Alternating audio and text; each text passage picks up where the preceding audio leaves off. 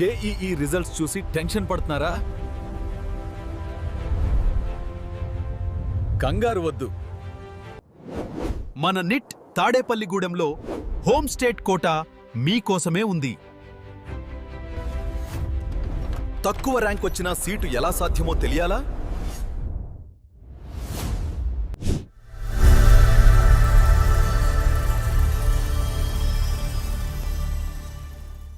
మనం ఎంతగానో ఎదురు చూస్తున్నటువంటి 2026 జేఈఈ సెషన్ 1 రిజల్ట్స్ అయితే లాస్ట్ హాఫ్ అన్ అవర్లో రావడం జరిగింది.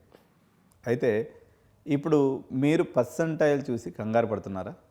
అయితే ఆంధ్రప్రదేశ్లో ఉన్నటువంటి ఎన్ఐటి తాడేపల్లిగూడెం ఏదైతే ఉందో హోమ్ స్టేట్ కోటాలో మీకు చాలా పెద్ద ర్యాంక్ వాళ్ళకు కూడా సీట్ వచ్చేటువంటి అవకాశం ఉంది.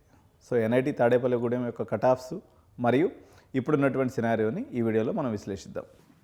So national institute of technology Andhra Pradesh Tadepalligudem. So ఈ యొక్క రిజల్ట్స్ అనాలిసిస్ ఏపీ స్టూడెంట్స్కి ఇది భారీ అడ్వాంటేజ్. మళ్ళీ ఒకసారి చెప్తున్నానండి, ఆంధ్రప్రదేశ్లో ఎవరైతే ఇంటర్మీడియట్ చదువుంటారో వాళ్ళ వరకే తాడేపల్లిగూడెం యొక్క లోకల్ స్టేటస్ అనేది వర్తిస్తుంది. ఓకే, సో ఎన్ఐటి వరంగల్ మీరు ఫస్ట్ ట్రై చేస్తారు, మీకు ఎన్ఐటి ట్రిచి ట్రై చేస్తారు. మూడో కాలేజ్గా మనం లోకల్లో చూసుకోవడం బెటర్ కాబట్టి తాడేపల్లిగూడెంని మనం థర్డ్ ఆప్షన్ కింద మనం పెట్టుకోవచ్చు. మనకు వచ్చినటువంటి ర్యాంకు మనకి ఏదో 97, 96 అట్లాగానే వచ్చినట్లయితే మనకి ఈ ఆప్షన్ అనేది బెటర్ ఆప్షన్గా ఉంటుంది. సో ఎన్ఐటి ఆంధ్రప్రదేశ్ మన దేశంలోనే మన రాష్ట్రంలోనే ఒక గొప్ప అవకాశం అనమాట. సో ఇక్కడ కూడా మనకు హోమ్ స్టేట్ కోటా మ్యాజిక్ అనేది పనిచేస్తుంది. 50% సీట్స్ అనేవి reserved for Andhra Pradesh students who studied intermediate in Andhra Pradesh.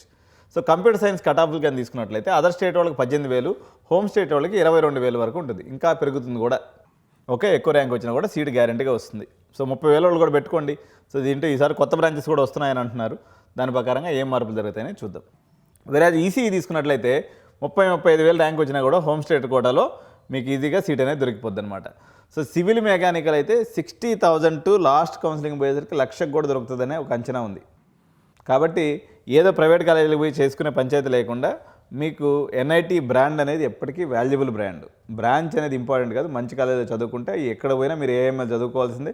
AML చేసుకొని మీరు ఆ ఫ్లేవర్ తోటే మీరు షిఫ్ట్ అవ్వచ్చు. అసలు ఇప్పుడు ఆర్టిఫిషియల్ ఇంటెలిజెన్స్ యుగంలో ఏది ఉంటుందో ఏది పోద్దని కంప్యూటర్ సైన్స్లో పెద్ద పంచాయతీ ఉంది.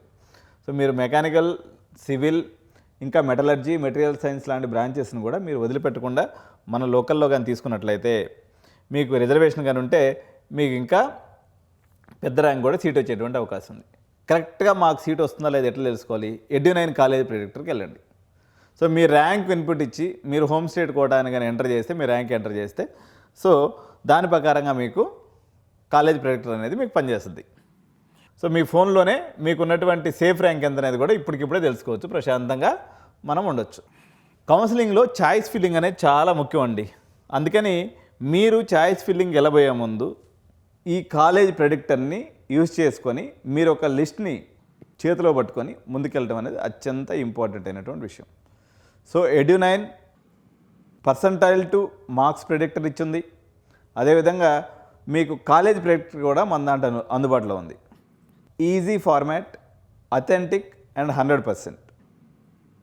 కన్ఫ్యూజన్ ఉన్నటువంటి పేరెంట్స్, మీరు స్వతహాగా పెట్టుకోలేనటువంటి పేరెంట్స్ ఎడ్యు9ని సంప్రదిస్తే ఆ సర్టైన్ ప్రైజ్లో మీకు మా కౌన్సిలర్స్ కానీ కాల్ చేసినట్లయితే మీ డీటెయిల్స్ ఇస్తే వాళ్ళు మీ ప్రొఫైల్ని బట్టి మీకు ఏమేమి అవసరాలు ఉన్నాయి, ఓన్లీ జేఈ గారు వాళ్ళనుకోండి 5,000 రూపాయలు ఇస్తే మా మేనేజర్స్ మీకు గైడ్ చేస్తారు, వాళ్ళ ఆప్షన్స్ పెట్టించేస్తారు.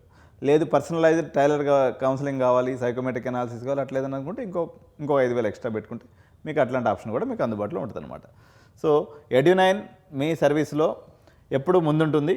మా వాట్సాప్ నెంబర్కి మీ ర్యాంక్ని కానీ మెసేజ్ చేస్తే మీకు దాని ప్రకారంగా మేము కాలేజెస్ ఏమేమి ఉంటాయి అందుబాటులో ఉంటాయి కూడా మేము పంపించే ప్రయత్నం చేస్తాం. ఓకే, సో ఛానల్ని తప్పకుండా సబ్స్క్రైబ్ చేసుకోండి. పర్టికులర్గా ఆంధ్రప్రదేశ్ పిల్లలు ఎవరైతే ఉన్నారో మీకున్నటువంటి చాలా యూనివర్సిటీస్ ఆప్షన్స్ వచ్చినాయి. సో జిఎంఆర్ విజయనగరంలో ఉన్నటువంటి జిఎంఆర్ ఏదైతే ఉందో రాజాంలో ఉందో అది కూడా యూనివర్సిటీ అయింది.